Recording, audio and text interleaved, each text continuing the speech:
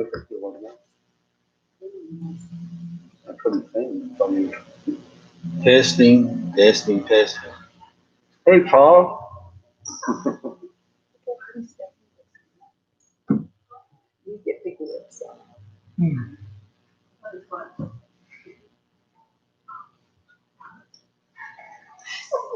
Okay, we got We're ready? it. Yes, ma'am, sorry. Final presentation from Roosevelt County Extension Services, Patrick. Good morning. Give you just a couple of handouts, thank you for your convenience. One of them is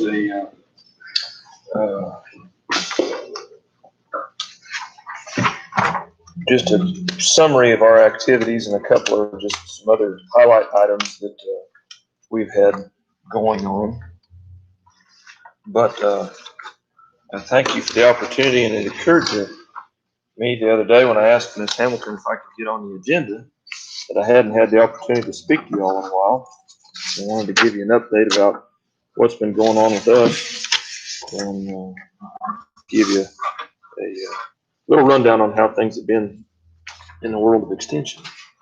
It seemed like a really grand idea to separate them and clip them. Now that I'm handing them out, I should have not done that. Taking a little bit of time. I know you all are busy folks with things to do. Thank you.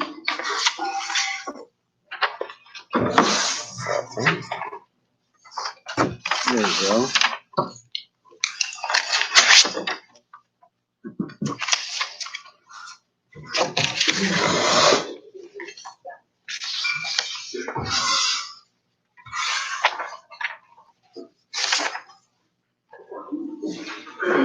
All right.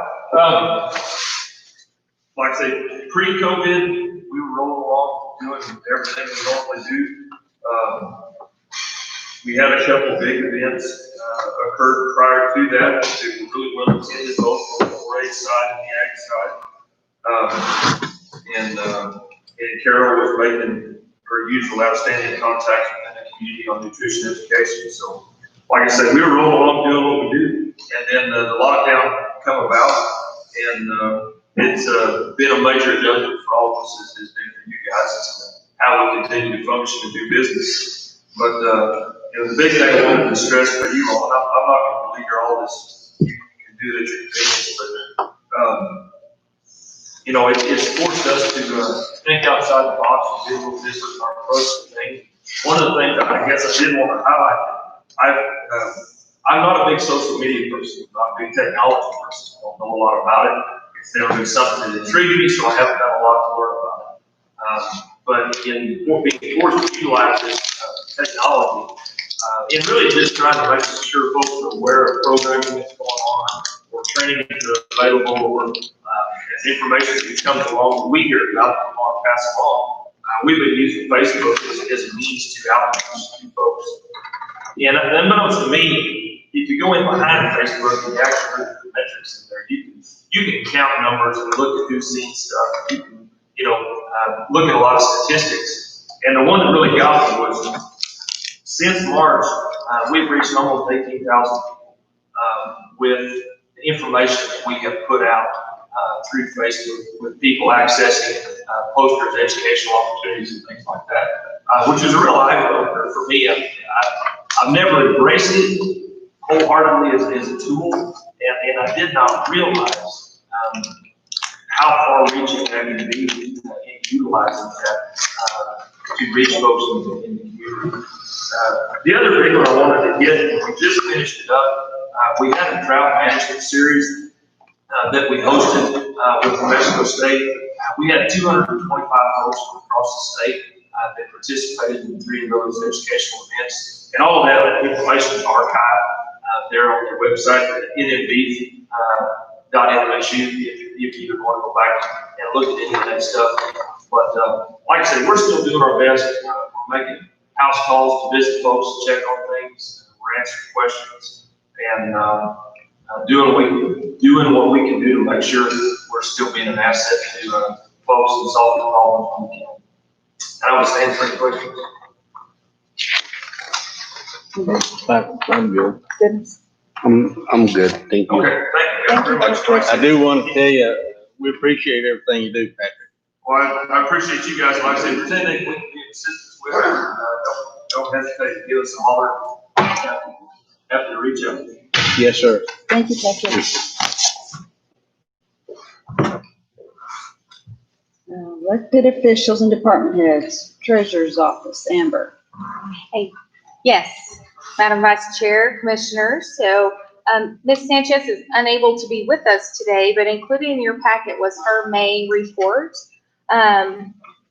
existing. So at the end of May, the general fund cash beginning balance was $3,351,464.24. Or sorry, that was the beginning cash. Then we had revenues and expenditures to have an ending cash balance of $3,882,025.17. And then further behind that, of course, was broken down by fund. The general fund is the one that doesn't have the restrictions, as y'all know, and that's the one with our access to it. And everything looks positive. And other than that, I would stand for any questions to take back to her. I'm fine, thank you. No, tell her thank you. Okay, Thank you, Amber. thank you. Okay, detention, Justin Porter.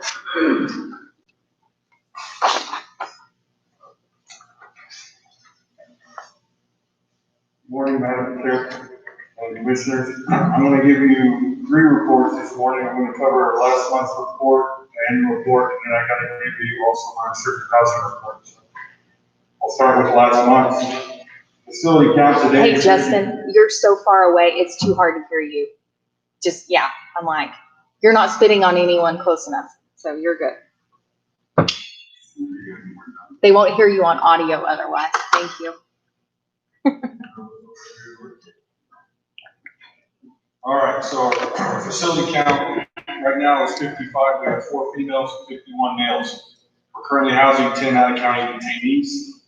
The total number of bookings for June was 64. The total number of releases for June was 58. Billing for the month of June, the city of Port Tallis was billed $2,255, and Union County was billed $18,375 for a total of $20,630. So things are going on at the facility as far as facility maintenance. We have installed for our tablet system for the detainees that started. That's the tablet system we're talking about when we give educational processes and things like that. And also they'll be allowed to make some phone calls from their tablets. That install has started. It was kind of postponed. We were going to kick that off in February, but that's when all this started. So we had to delay some of the contractors from coming in. The kitchen equipment is arriving daily, so we're in the process of everything will still be installed, and then all of our equipment will be installed. And once that's done, the majority of our kitchen and laundry process will be done. And we're going to be looking at replacing some air conditioning and heating in the laundry and kitchen area as well. We have 4 air conditioning units that we've replaced on top of various parts of the whole law enforcement complex, not just detainee housing. And then our tracking and documentation system that we're bringing in is in the process of being finalized, so it will be rolled out as well. Operational updates in the facility. Earlier in the month, we had 1 officer that tested positive for COVID-19. We worked through that. That officer did their quarantine process, they did their testing process, and then they met the criteria to come back to work. So that person was considered recovered, came back to work, and has been productive for the last few weeks. As some of you know, yesterday we had another officer that tested positive.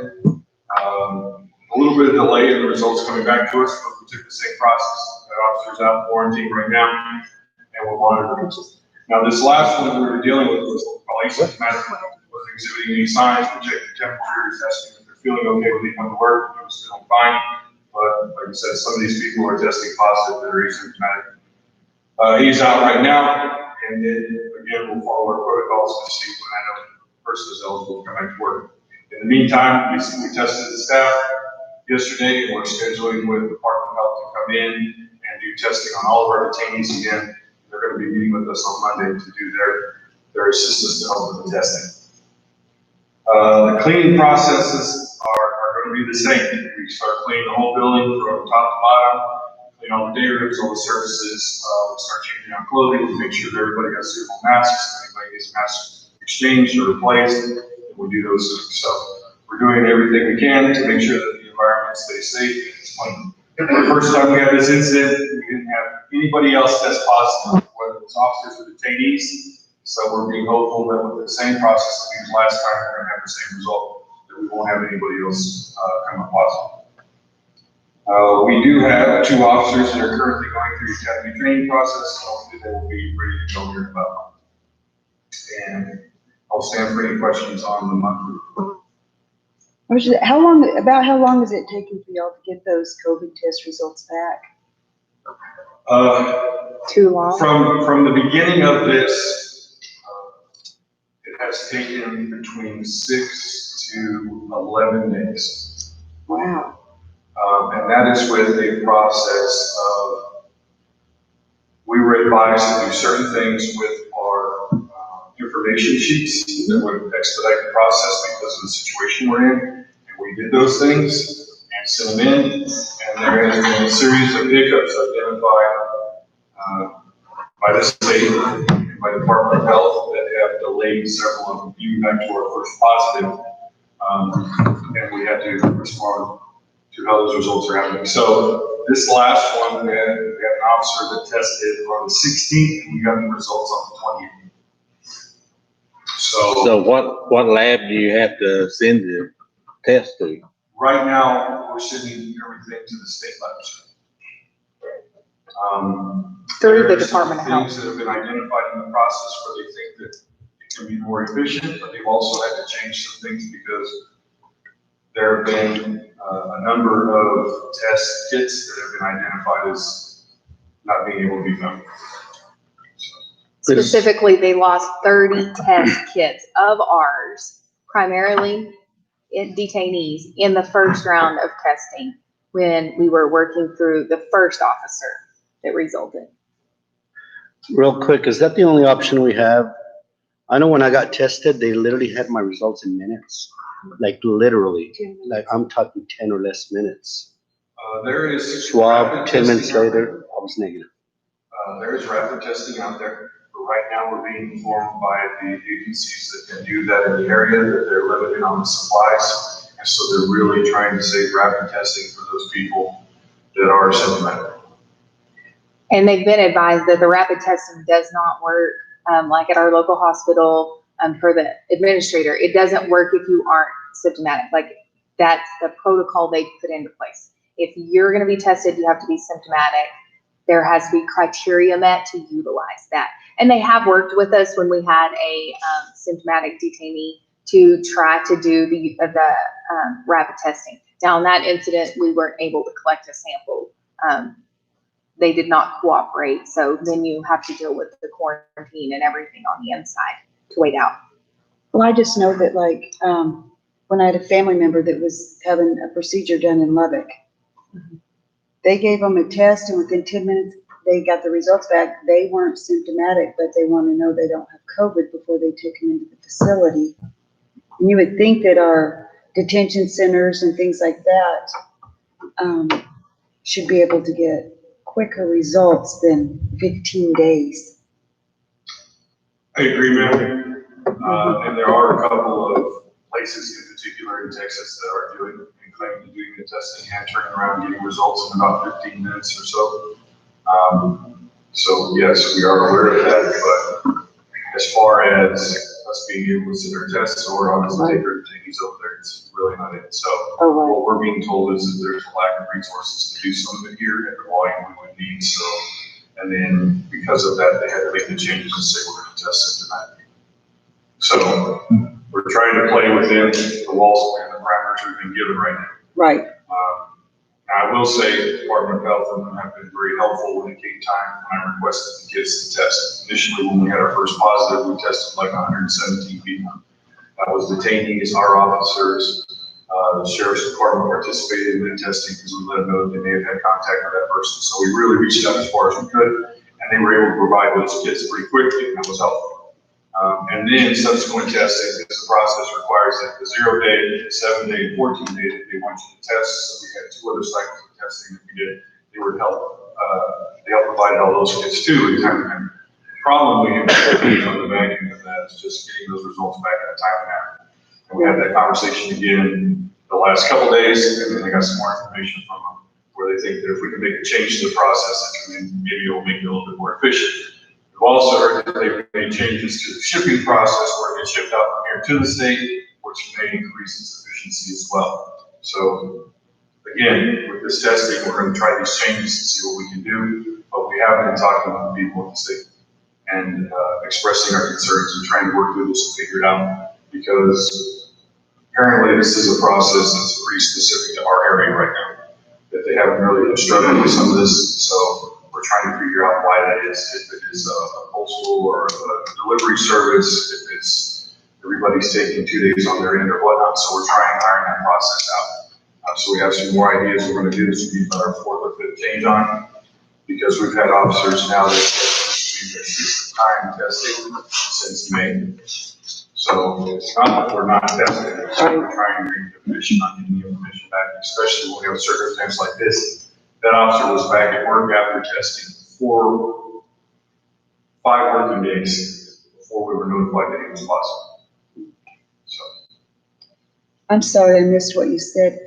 Did we ever get those 30 that they lost? Or are they still just, and that's from the first round? From the first round, and 100 we just had days. to gather everybody up at the second time and catch them. And that's why in this instance, he's been advised that when we test detainees next week, we'll already be at the 14-day, because the Department of Health was the cause of the delay. And they have put all of these criteria and requests and standardizations on our facilities, but then the facilities aren't receiving the support we need from the state to ensure that we can meet those. So it's not on us at this point. We've done everything. As he said, we've been collecting the tests and submitting them. We've been doing more than the sampling that they've requested that we do, and we are providing all of that. I can assure you that the Secretary of Health has been made aware of this situation. So we have gone all the way up through the chain of command to address this, because it's unacceptable. When you have this kind of facility and you have a positive, before they were always said, well, if it's delayed and you haven't heard, because we're calling, on my own test, they lost it, couldn't find it for days. And then at the end of my 14-day quarantine, they suddenly found the test and the results were in the system. And so they went from not having it, couldn't find it, didn't exist, to suddenly there was some kind of specimen somewhere. So that's been, and I went in with detainees just as part of the process. So it has definitely had some major issues, but they said, if you're experiencing this long of a delay, we're sure it's negative, because more than likely, somebody, you would have heard from somebody by now, and clearly that's not the case. And this, I think right here, is exactly why people are so skeptical of the whole thing. Oh my gosh. Anyway, thank you, Justin. Do y'all have anything else for Justin? Thank you very much.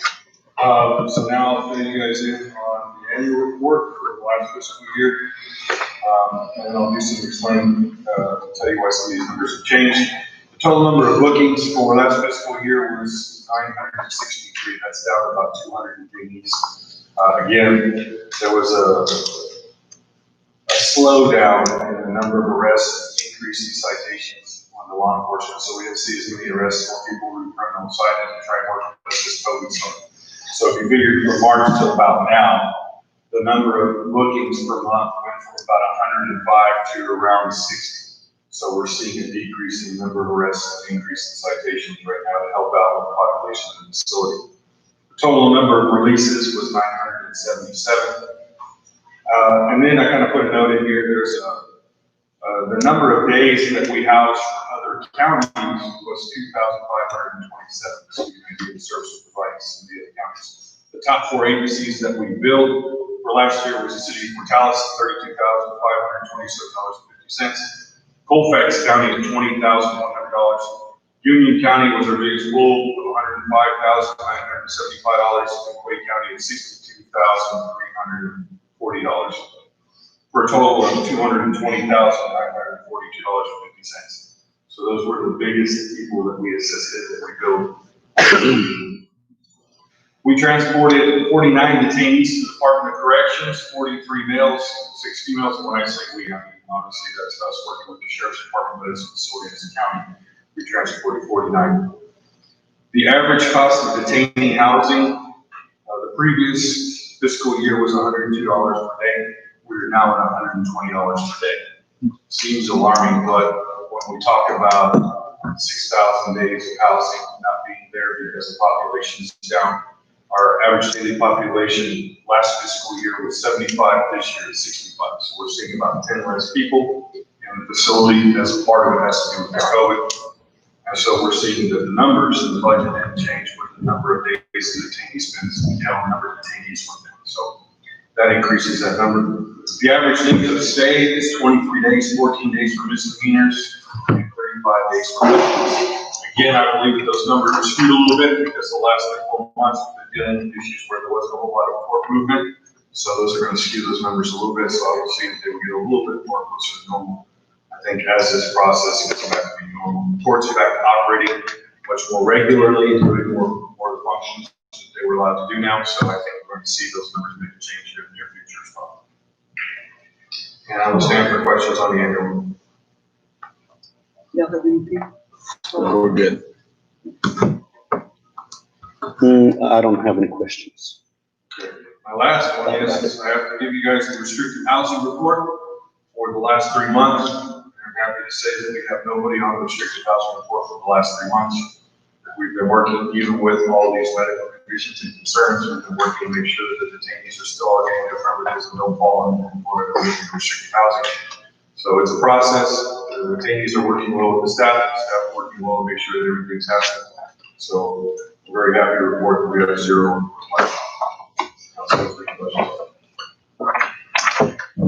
Thank you, Justin. Thank you. Okay, grants and healthcare. Carol. I didn't see her. She was hiding. I know. Good morning. Madam Chair, I'll move to go into indigent. No, I Or- grants updating and unself. Okay, yeah, I see that. My bad. So I'm gonna do the grants update on the grants.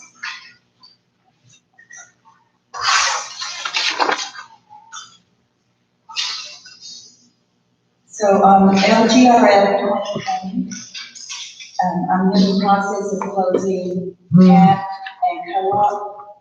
They've been certified by Sauer member engineers. So I've got,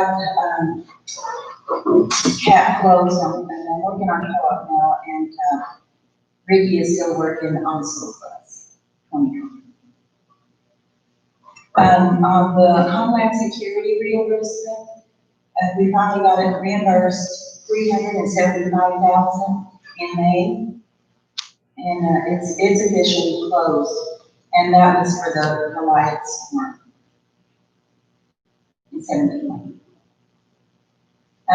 Capital outlay, DFA has reimbursed $316,708 for, the road project that we have on capital outlay. There's still a balance on that, and Ricky is working on 2 more roads for that. Sauer Miller certified the roads that are done up to date. Aging and long-term services reimburses $55,400.69 for the La Casa van. And also $6,700 for the La Casa seniors freezer. Clean and Beautiful reimburses for $9,425 for the gooseneck trailer that we purchased for cleanup of illegal dumping. And at this time, John is working on an online maps app to pinpoint dump sites when people call in for those. Clean and Beautiful application, I've applied for $50,000 for landscape and fencing at the fairgrounds. And I'm still waiting on grants on that one. The Office of Justice Programs, I submitted reimbursement for $5,405.40 for Bulletproof vests, and that was just for 8 vests. We will only be reimbursed half of that. They do 50%. But, we still have a balance of $1,811.30 that can still be used. But we'll have to spend $3,600 for that, to get reimbursed that amount. Capital outlay reimburses $450,000 for the 2 motor graders, for Ricky, and those projects are closed. Capital outlay detention center for the kitchen, laundry, and equipment. DFA has reimbursed $64,078.12, and we still have a balance of $210,921.88 for that grant. And they're still working on the equipment that they purchased. Capital outlay planning design for the fairgrounds. The county encumbered $25,910.91 to lighting engineers for plan design and for the fairgrounds ADA upgrades, and they also assisted me with the CDBG application. The CDBG application was submitted to DFA, and the application hearings on that will be, they're scheduled for September 3rd. And those might be over the phone or Zoom. LGRM 2021, I've submitted everything on those, and I'm waiting on the agreements, and we're only approved for co-op and CAT.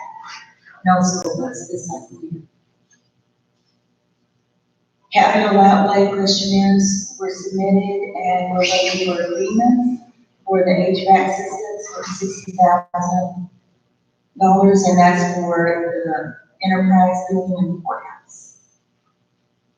The questionnaire was also submitted for the La Casa roof, and we're waiting for that agreement, and that's for $175,000 for a year. I'm right now working on the FEMA application for the COVID costs, and we haven't submitted that yet. We still have some COVID costs we need to go. I stand for questions on the grants. Madam Chair, Commissioner, I'm impressed with that list. I really am. But the one that caught my attention is the fairgrounds. You guys applied for a grant for playground enhancement? Yes. First, we need to this side. Well, good job.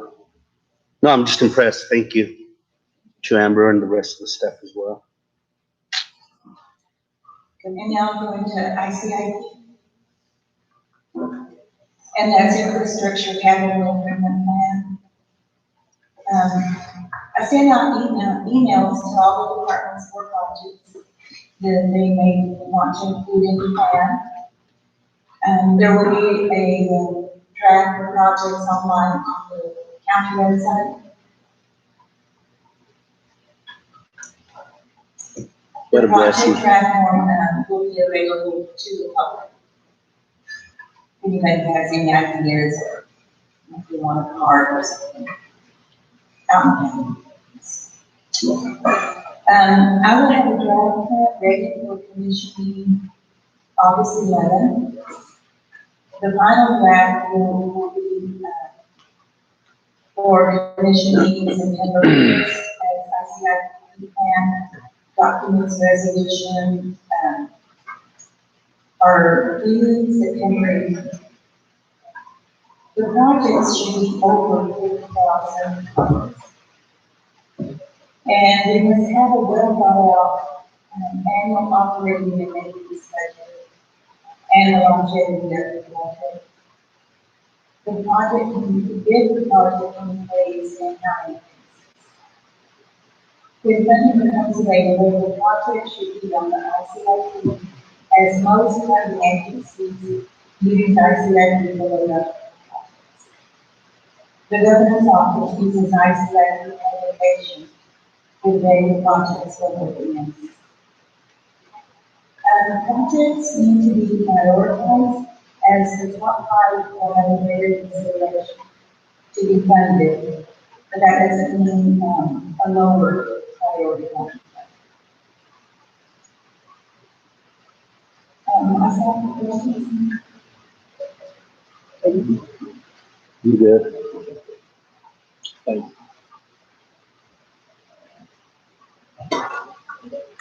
And now we can go into Some move, Madam Chair, going to incident meeting. Okay, so we have a motion and second for the indigent? Yes. Yes. Yes. the total claims for this, fiscal year was 237 claims. 160, the amount of the 237, was 109,489 cents. 77 of the claims are claims that we actually paid, and those are $60,693.06 for this year. 160 claims for $88,796.39 were written on to the program. Are there any questions on that?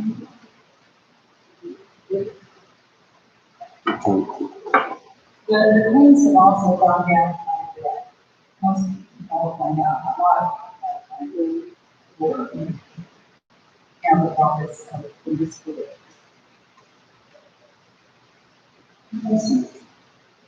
Move to come out. I'll second. Got a motion and second, come out of indigent? Yes. Yes, yes. Okay, thank you, Carol. And I'll move to approve, presentation as presented by our indigent administrator. I'll second. Yes, Yes. motion carries. Thank you, Carol. Okay, number 7, contracts, procurements, and agreements. Consideration of program agreement renewal with the New Mexico Yeah, wait. Cooperative Sorry, I Extension have a Service. report. Oh, yeah, forgot. he's skipping Managers. us Oh, too. sorry, I forgot you, Amber. And me. Manager report. And I have too many. I'm just skipping on down through here. We're trying to hurry. Okay, I'll hurry. So, Madam Chair, Commissioners, so just a couple of things to report on. First, the Food Bank of Eastern New Mexico, as you know, we worked to partner them with our senior center over at Los Abuelitos, and they have worked closely to get in there. And they did report to us that for the first time in at least the past 7 years, they achieved the Feeding America goals, which is, again, the first time in Roosevelt County. So having access and having that location here has proved to be instrumental. So they were very thankful about that, and I thought it was very encouraging to see yet another way that we're working to partner and help facilitate. And it was literally just trying to connect entities together and get the right place. So we're excited about that one. I am completing the NACO Professional Development Academy. We start in August and it'll go through November of 20. It's a 12-week course. They really focus on New Mexico, especially on our county managers, really reached out to us. They actually offered it free for the thing, and it's online. And so we're excited about that. There's several of us taking it. I think the last I counted was somewhere around 15. So we will see how that one goes, but continuing ed is always a good thing. Carol touched on the ICIP. I just wanted to really clarify that we will be soliciting public input, but we're following the model of a lot of the other local governments, and the input will be solicited by phone or by email. So we will have the plan online, but they need to reach out to us and tell us if they have something. As you know, typically when we hold our public hearings, they do not garner any attendance. But we will discuss it during 2 public meetings, both at the August 11th and the first one in September. So we will have the public input there as well as the opportunity. We did kind of instigate the Cannon Air Force Base COVID calls. They felt like it was necessary, the personnel at Cannon, to share and get some updates and see what we're looking at and everything. So we did have that call last week. We do have bi-weekly local COVID emergency planning calls as well, and those continue. And then I do participate in the White House COVID calls. They're typically weekly as available. So we do continue to have a lot of information coming in, as y'all are aware. There is and we did receive correspondence from the president's cabinet. There is a special, the Secretary of the Interior is working on a special project and executive order from President Trump, and it's all about the rebuilding of monuments to American heroes, and they're looking for a place to house them. They reached out to us to ask if we had anything we needed to donate or what.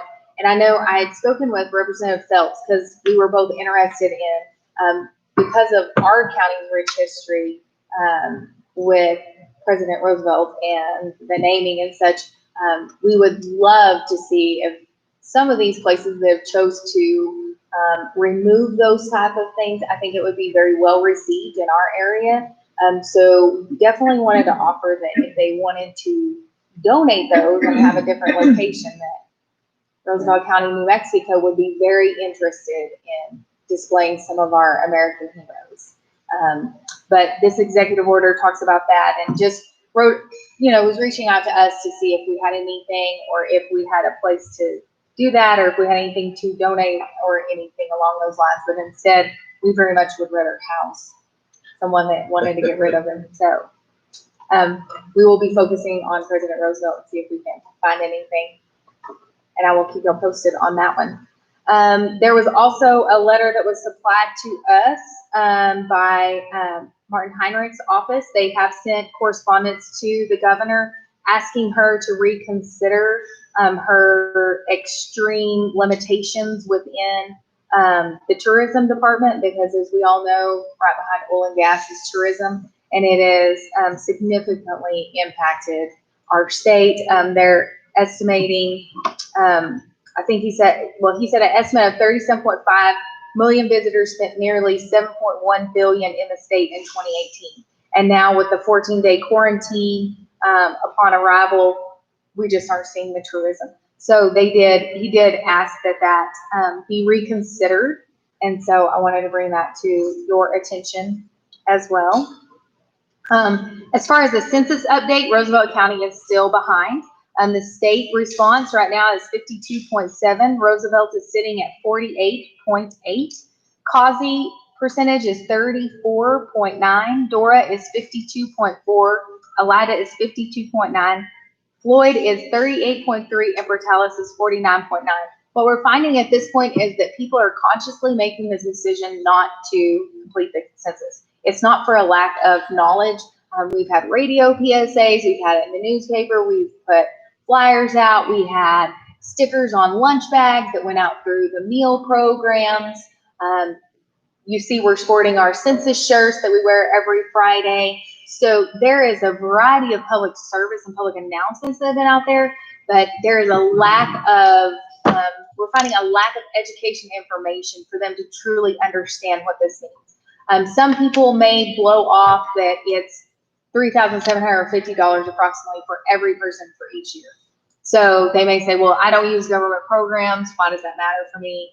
Trying to explain that capital improvement, it's infrastructure. Everybody wants to complain about roads, but the census ties to those kind of infrastructure, all that funding and everything that we see, as well as our schools, our public schools, our university, everything along those lines. One thing that I really try to focus on too, especially with more of the rural population, is it has everything to do with our representation. So our governmental representation at a local level is decided. This is what decides everybody's commission districts and everything. as well as at the state level. And as you know, Roosevelt County has already divided up 3 different tracks just to get representation in the House. And then Senator Engel covers several counties because of the lack. So it is imperative that we really try to focus on getting some people out. And I would encourage y'all, if you have friends and neighbors, sending them a quick text message. That was the one thing that we were really trying to focus on. Send them a quick text message. Hey, have you completed your census? If not, it's vital. Call me with questions or whatever. And you can explain to them. I mean, y'all are very well aware, but they're talking about the importance of having local elected officials as well as our leadership really reaching out to any of those. And they don't necessarily have to be in Roosevelt County because we need everyone completing the census. But it is definitely still a struggle that we're dealing with, as y'all are aware. The next thing to talk on is that in her public health order yesterday, although there were very few changes, the one thing that we did want to note was the allowance or the acknowledgement of youth livestock shows. We've had an ongoing contract with the Fair Board. The county is not responsible for that. We only provide the facility. But we have had an ongoing contract. Randy and I have been working through some things. We have the addendum to the contract to ensure that COVID safe practices are there. And her administration has advised that they will revise some COVID safe practices for such. We were able to secure face shields for all the kids through emergency management. And also we have, I think, 300 masks. But the event will not be open to the public. It'll be closed. The Fair Board is handling everything. They have gone above and beyond to ensure that everyone will be protected at this point. There will only be one entrance. Entry will be controlled. You have to have certain, like an armband to get in, and there's only armbands provided to the exhibitors and their families. So it will be a much different event this year, but we're just trying to honor these kids are small business owners. I mean, they are literally doing their FFA and 4-H projects. So we're excited that they're able to have that venue now. And this is only for local county fairs is what the Department of Ag is putting out. But we were notified yesterday about 5, and I shared that information with y'all as well. But just wanted to make sure that that had been addressed. And the last thing that we'll talk about a little bit more in budget is during the special session, we saw that SB 8 came through. It has an effective date of 90 days, which will be October 5th from her date of signature. I serve on the Public Safety and Courts Policy Subcommittee for New Mexico Counties. We discussed this at length during a meeting this past week-ish. I can't remember now. They're all running together. But policy will be critical, and that's what they come to. So it's going to be a responsibility of the sheriff. I know that we're waiting, I think, on the sheriff's office to get with the attorney still to finish the other policies. So we've got a lot of policy work to do. But policy will be critical on this. They do have law enforcement protection funds to help, but it's not going to cover everything because of the existing limitation on the existing cameras. But New Mexico Counties is working on a kind of a draft policy template for us to look at because there's so many legal aspects with the problematic language on negligent spoliation and allowing absolutely no room for any kind of human error or equipment error. It's very alarming because things happen out in the field, as we all know. But when you look at how this bill came about, we were all supportive of, I don't think there's anybody in here that wasn't supportive of the lapel cameras and body cams and putting those in place. It wasn't that issue. It's all of the legal part that came with it. And unfortunately, a trial attorney was running the show with this bill. And so you see some of the language included in there that has a positive impact on those kind of attorneys that practice that kind of law. So we will do our part. We have been using lapel cams. This is not anything new for our sheriff's office. It's just that now with the existing cameras, it's not going to, they will not work with the requirements. So I think that's it. I'm sorry. The end. I would stand for any questions. Oh, Bramber? No, I'm good. Yeah, on, this is gonna be aside from everything you talked about. who do we contact for weed control on 206? I was gonna talk to Shane about it, but I know it's state. It's the state highway department. And I get a lot of calls from that only because a lot of people I know or that knows the family travel that road, but maybe Javier can attest to this, but I heard there's still a lot of, it's about 5-6 feet high, a lot of deer getting hit, I guess almost on a daily basis. Who's the contact person for that? So it will be the local, New Mexico DOT From that yard. Parker? I don't have Okay, that so I'll number just, with you, I'll but call them. I'll they get handle with Shane. I'll get with Shane as well. The other thing is if anything ever gets lifted as far as restrictions, I was thinking about maybe if possible doing like a census rally in October maybe, where we offer free hot dogs and sodas or something to the community to come do their census. I don't know. It's frustrating because the numbers are really low. And we all know how important the census is, being that it's only here 10 years, once every 10 years. So that could be food for thought maybe at a September meeting, just depending on what goes on. But yeah, that's horrible, 40%. we do have a local, complete count committee for the census that has been steering all of this. And they had several events, obviously planned pre-COVID, you know, Right. the park at Lindsay and some different outreach. Now it's been very much different up here to, hey, there's access, there's Wi-Fi access. If they do not have it in their homes, they can go to different places and get on their hotspots. So the schools did a great job of providing access to that. The county has stuff up in the city. Like there's several entities that have hotspots. Yucca has several hotspots around town, as y'all are aware. So now it's more about access. And like I say, what we're seeing is we've got to change people's minds in that discussion because they're choosing not to. Okay. And lastly, you talked about statutes, Washington being torn down, us welcoming them. That's all new to me. And I know there was a lot of information you kind of threw out. I'd like to revisit that before we make any type of decision on that, because usually statues are taken down for a reason.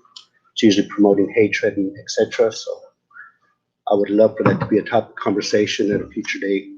Certainly. This was just about President Roosevelt, who our county was named after, and he actually is. Right, that's fine and dandy. Yeah. W.E. Lindsay, I'm not a big fan of him either, but Yeah. his statute is up. But I would most definitely like my input in that before we make Certainly. any type of decision.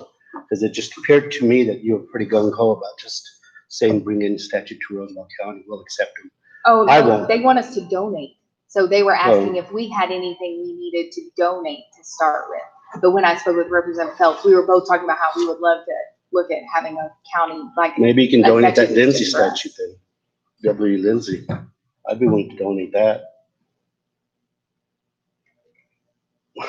Oh, well, it has a good place though. It hasn't been an issue in our community. Well, he was a slave so, owner, so I don't know. Yeah. Anyway, that's me. I don't want to vent. Lindsay was a slave, If I'm not mistaken.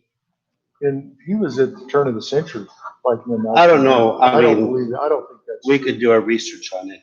I don't believe that's true. I just, yeah, Well, And we I haven't haven't- had a. we And haven't Randy, had I an have issue. not researched it, I've never. but heard it's just, a lot of people have made comments, why would y'all put a slave owner statute in Yells County, so. Yeah. But I just left it at I've that. never heard of it, yeah. I've never, I don't believe that, but that's, I can be mistaken. Right. Anyway. That's all I have, Madam Chair. Do you have anything? Are you finished, Amber? Thank you very much. Do you have anything on commissioner stuff? No, that was it. So that was your report? Yeah. Okay, how about you? You good? Good. All right, I'm good. So now we're moving on to number 7. Contracts, procurements, and agreements. Consideration of program agreement renewal with New Mexico Cooperative Extension Service, Amber.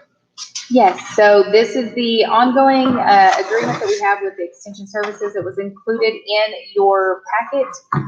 We have had several calls about office hours and everything, and we've directed that to them, and none of that is included in here. It's something that we address. Some other counties are addressing that. We did not address it in our agreement because there has been such a disruption to all services since this lockdown. So It is the standard agreement that we've had several years. It does cite the 75,000 that the commission initially approved in the preliminary budget as the funding. But in the event that those funds are not available or such, then we would come back and revisit this if revenues do not produce like we need to or something like that. If there's any financial issues, then I would work with Randy and we would revisit that. But I would stand for any questions other than that. Madam Chair, move we approve the agreement renewal with New Mexico Cooperative Extension. I'll second. I got a motion and a second, but I would also like to ask you, when you say you and Randy would go back and review, does that mean would it come back before the commission as well? It would have to, like, Okay. it would be y'all's decision to revisit if we did not have the funds to commit. Say we were two quarters in, then we would bring you back a draft revision of the agreement of a reduction in the funding or whatever it needed to be. We Okay. would bring that. Thank you so much. Okay, we have a motion and a second. All in favor? Aye. Right. Aye. Any opposed? Motion carries. Moving on to number 8, resolutions, agreements, and proclamations. Consideration of resolution 2020-20, fourth quarter, part 3, final budget adjustment. Amber Hamilton. Yes, so this budget adjustment just gets everything in a line. We have been working on this ongoing, as y'all notice. This is part 3. So just some highlights.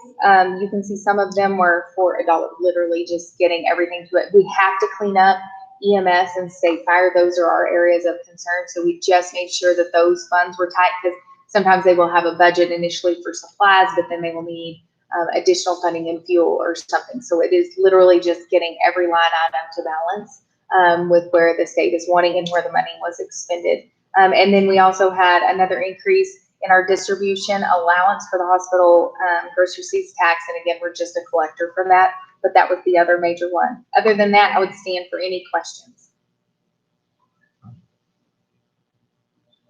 Madam Chair, I move we approve resolution 2020-20. I will second.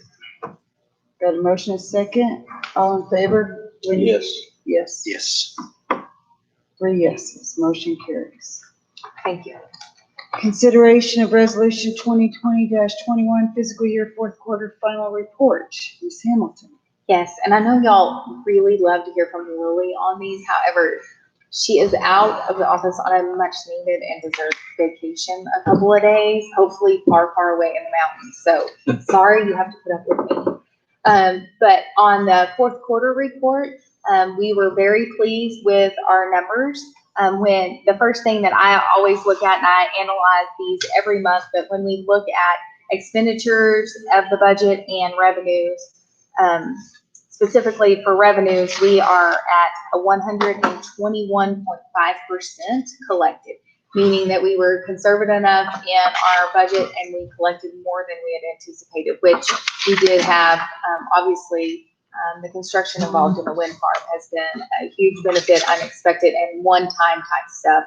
So we did not budget for that as much. So the expenditures, we are 86.2% of the budget. So again, we're under budget on that. So everyone did a good job of maintaining their spending and staying within their budget constraints. So no complaints on that one. For what we're seeing for our general fund performance, and all other funds look tight.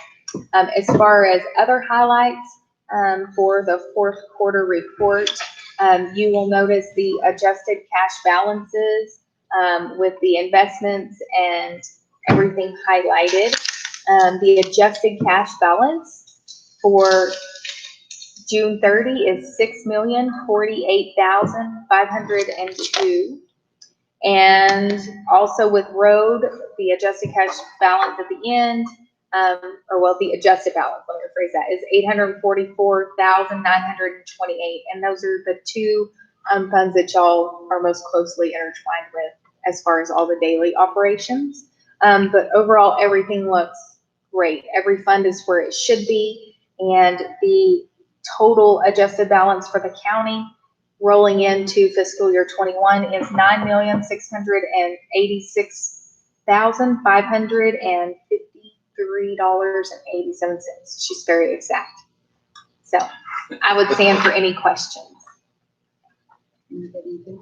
I'm good. I'll make a motion to approve resolution 2020-21. Second. On that public hearing, on that agenda item, do we need to offer a public hearing or not? That's the next one. Okay. Yes. So it's two separate ones? Yes. Oh, How do you vote? yes. Paul? Yes. Yes. Motion carries. Okay. Thank you. Now is the public hearing with C? Madam Chair, I move we go into public hearing, regarding 2020-21.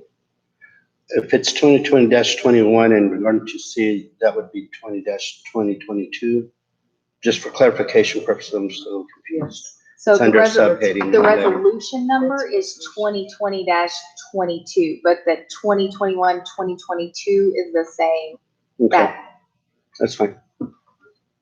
so I will fix that. Sorry. I'll second. Paul? Yes. Yes. Yes. We're in the public hearing. Consideration of resolution 2020-22, 2020-21. You just have to ask if there's anyone to speak in favor or against the budget. Does anybody want to speak in favor or against the budget? And I'm just double checking, make sure I Did you get anything on an email or anything? No, ma'am. Okay. Madam Chair, I move we come out of public hearing. Do we need a second and roll call on that? Yes. No, second. Paul? Yes. Yes. Yes. Okay, we come out. Now we will consider resolution 2020-22, 2021-22 fiscal year budget adoption. Okay, so this fiscal year's budget, I provided y'all with one sheet just highlighting the changes. I wanted to make it easier for you to break it out from the preliminary budget to the final. But that's a standard thing I do each year. But just to highlight that, the state of New Mexico did not implement the forecasted increase in insurance premiums that we were advised. So we were able to reduce all the personnel budgets accordingly from 82 to 81% as far as the county share. It's a net difference of approximately $6,000. All wages have been frozen and remain frozen for at the FY20 rate for FY21, and no increases for any department or office have been accounted for as we closely monitor revenues because there is too much uncertainty at this point. All of the elected officials, department heads have been advised of that during the preliminary process. I think everyone understands. We're all very thankful at this point we have a job and we are dealing with some very uncertain times. In revenues, we did look at a net positive change of $305,000 due to capital outlay rollover for existing projects that are still outstanding. As you heard, there was still 260-something thousand left with the kitchen project, but a majority of that has already been expended through purchase orders. We just haven't yet paid for that because we don't pay until we receive the product. So once checks are extended, then we will have additional reimbursements. We did reinstitute debt service pre-funding due to the available cash balance because that is the standard practice for us and it has been since our initial issues back in 2014-15. We pre-fund so that we always have debt service covered because that and payroll are critical.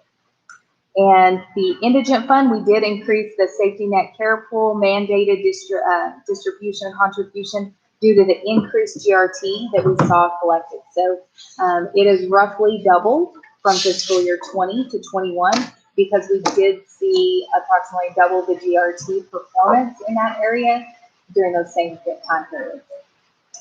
We did have a substantial increase in personnel budget in the sheriff's office due to open positions because again, we have to budget for full benefits and on average higher pay things.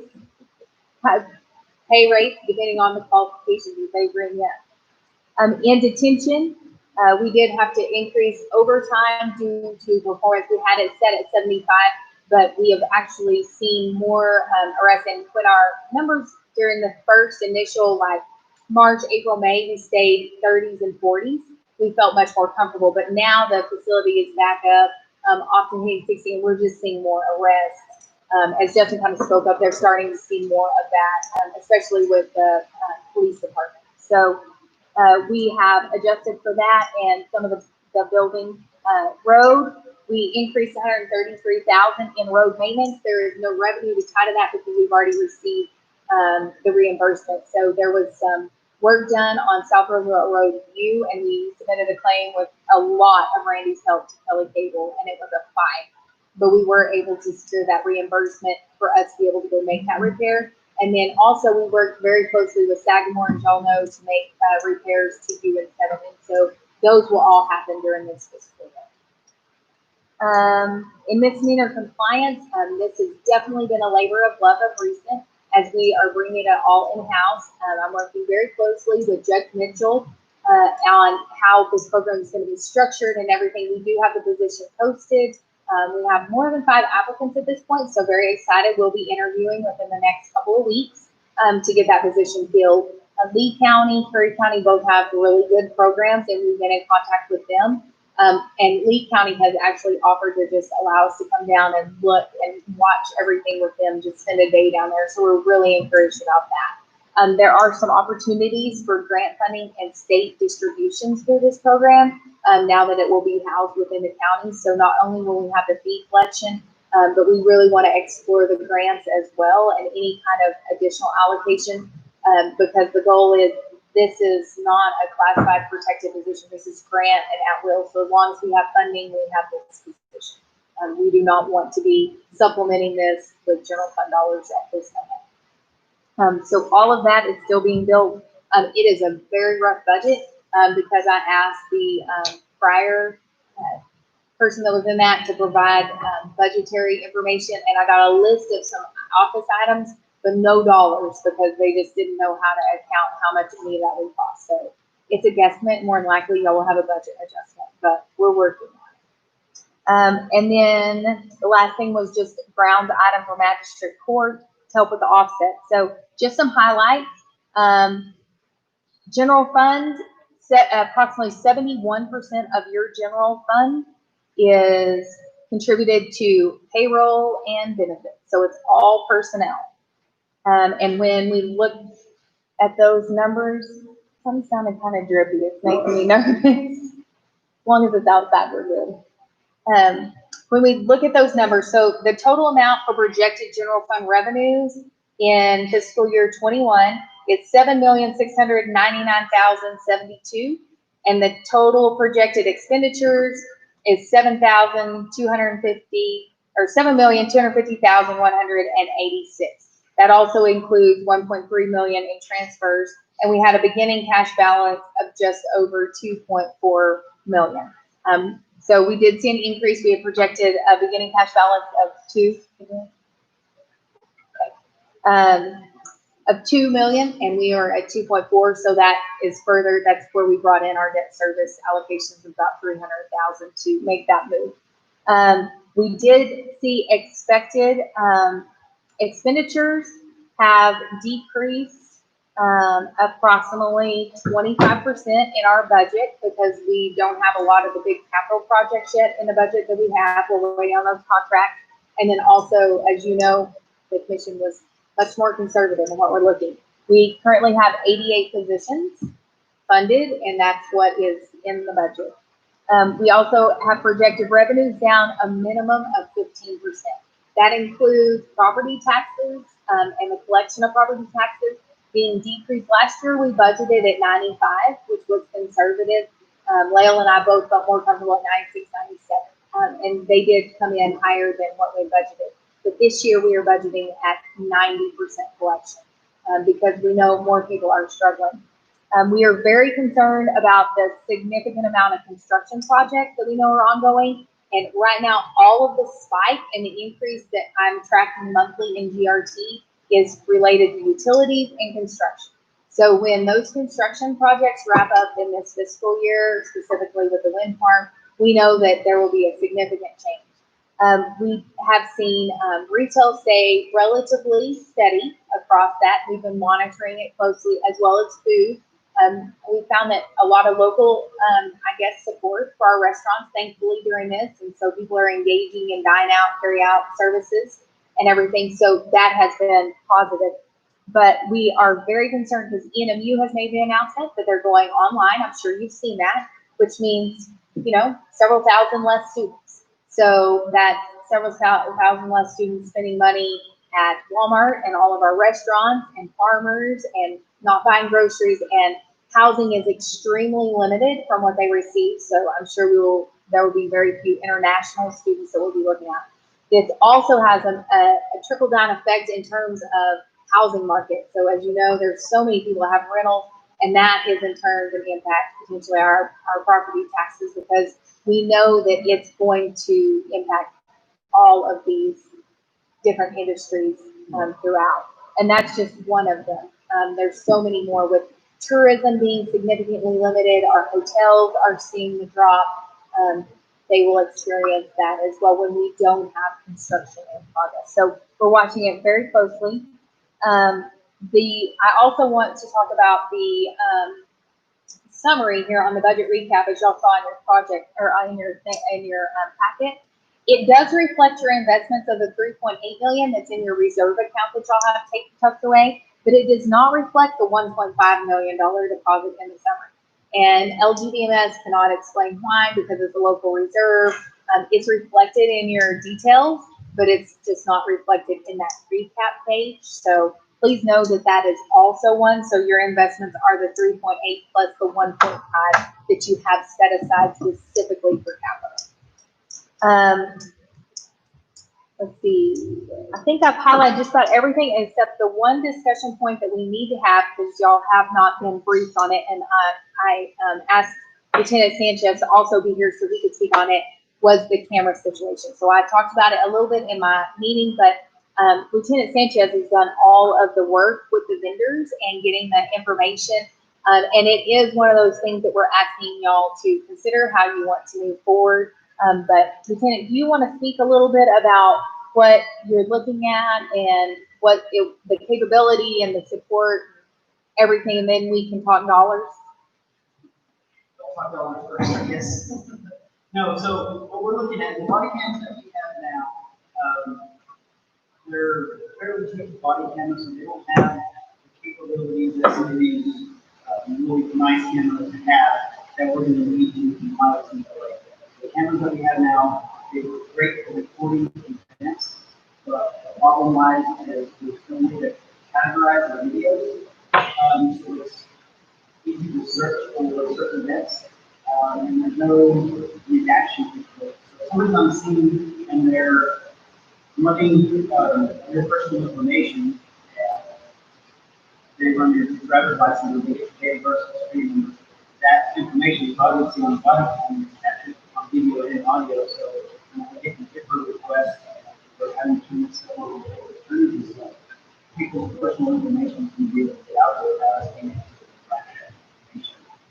So the cameras that we looked at, we looked at a couple of different options, kind of to talk about body cams with Axon and WatchGuard. Axon was very, very expensive. The 5.5 new Axon will come out right at $110,000 for 5 years. That will include upgrading cameras at the 2.5-year mark, so that you can have the capabilities of 12-hour battery life and you can capture a full 12-hour video. So we looked at WatchGuard as well. WatchGuard, I think that was roughly around $53,000. I think it was right around $54,000 to outfit everybody at the sheriff's office with cameras. With the capabilities of WatchGuard, we would have basically we're recording all the time. So if the camera's on, it's recording whether you're starting that or not. And what it will do is it will go back about 24 hours. So in the event that everybody shows up to the scene and it's absolute chaos, and they jump out of the vehicle and they think they turned the camera on, or forgot to turn the camera on, we can go back and retrieve that video so we have it evidence. So that way it kind of takes a human error portion out for at least 24 hours. So if we have an event that we need, we know within that 24 hours, we can go back and pull that video and get the video that we need for that event. It will record an entire 12-hour shift. It has an extra battery, so it'll go on a little bit. So they're very costly, but it will serve what we need to comply with some delay. It also comes with, well, we have to purchase the software that's included in that price, but it will allow us redaction capabilities. So if there's juveniles that need that faces, you can go in and look for faces.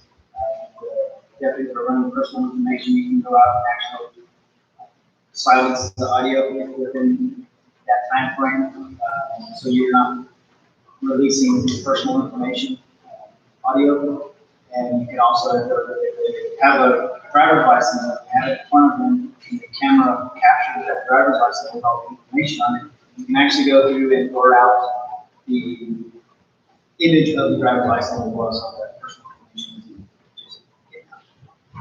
So those are the capabilities of what these cameras software is offering us. I know it's a lot of money, but I think it's money well spent. It's something that we have to apply with. It's 54,000, but that is us getting it down from 62. Yes, it was 62, so Hamilton was there in the meeting and she was able to dig at the vendor until we got it down. Pre-meeting before I even got there. Negotiating it for us, thank you. Just part of it. So I'll stand for any questions if you have any questions. And this is something that we talked about. So they do have law enforcement protection funds that come in. They get 27,878 of that has to be spent on additional advanced training. They have up to 20,000, but some of that fund they already budget to use for their uniforms or the vests, anything like that as well. But I think that there is a portion of that could be used for this, and then the rest of it could come out of general fund. So we're asking the commission to consider that because that was not included in the preliminary. This is all something, literally, we had meetings on Tuesday to flush this out. So we would need y'all to basically consider it and add this as part of the budget. We can still sign the resolution, but then I can go back and work it into the budget if this is what y'all choose. There's just, we're You want stuck. us to act on that right now? I would like for it to be included in some way in this budget because they have to have this by October 5th. Okay. That was gonna be, We have to have it by that point. That is the 90-day mark for this legislation. Yeah. I have a question. So when Carol was talking about reimbursement for the vests, did part of that money go towards these cameras? It is, that is only bulletproof vest. So it's a bulletproof vest program. We've been looking, I know you've been looking for other outlets, and that's why we want to believe, even if we have to buy these up front or at least get them on, let me rephrase that, we can get them on purchase order because it's going to take them 2 to 4 weeks to get all of the equipment here. And Yucca is doing several parts of this in terms of the servers on site. They offered an option of cloud-based, but we felt, especially Brandon and I really felt like we want the information right here and the sheriff and lieutenant. Like, it's so much easier. We own it, we have it, it's on our server, we have all of the data, and then we can set up rules where it retains it, because now they're making us retain it for 120 days, which requires an exorbitant amount of storage. And that's the unfortunate part. Colorado put this law in, and they allowed through 2022 for local entities to put this together because they knew we didn't have it worked in the budget. And unfortunately for this state, we were not afforded that. We were literally given 90 days to make that happen. So thankfully, we're small enough we can work with that. It could always be worse. We could be like some of the bigger counties and what they're having to face. so it's a state mandate, so we really don't have a choice. You know, An unfunded state mandate, right. yet another one. Right. Because that's how they We're like familiar it. with that in behavioral health. It's been like that since the onset of behavioral health mandates, but never funded. I'll move to approve. Oh, sorry. Y'all would just amend. So at this point, just, if you would just amend the budget to include the 54,000 needed to purchase the cameras, that's all we would need. Did you say that those cameras are recording even when you don't push, they don't push the record, you can go back and pull it? Correct. So So it it actually- basically records on a loop, so it's always capturing the video. You have to start an event and stop an event too, so when the deputy goes and downloads, it'll only download the events that they start and stop. So if they make a citizen contact, they turn it on, it'll gather that information until he hits the stop button. And that deputy will be able to download that information daily. But if it's something that we need to go back, we can actually go in there and manually pull the events that happen. Within 24 hours? Yeah, like if it happened 4 hours prior to, we can go back and pull that. As long as it's within that 24 hours. I think that's pretty. Or, handy. yeah, or if the camera gets hit like in a pursuit, like we've seen that happen too, you know, it gets bumped climbing over a fence or something, goes off, but they still could go and retrieve that data. We're just wanting to do Or everything we something can surprises to protect them. our personnel. They don't get the camera, so Yes. it comes from behind or. Yes. Yeah. Okay. Maybe Commissioner Greider has a question. I don't have a question, but I'm ready to do. I'll make the motion to amend 54,000 to our budget for the lapel cameras presented by Javier and Amber. Are you seconding? Sure. Okay. We have a motion and a second. Paul, how do you vote? Yes. Yes. Yes. Motion carries. Media. Madam Chair, No, now you have to pass the budget. Yeah. Now we have to pass the budget. Madam Oh, Chair, my God. I move to approve the resolution 2020-22 and 2021-22. Oh, no, 2022 fiscal year budget. I'll second. Paul, Yes. Dennis, Yes. yes. thank you Motion so carries. much. Media. You have Good anything? job. Okay. Nice. You have lots of. Good job. They're soft. We have a mandated meeting. We gotta sign some resolutions. So if I could sign my stuff, I We would do. love that. That's it. Oh, shoot. So it's out of my control, out of your control? Yes. Can I borrow your pen? I need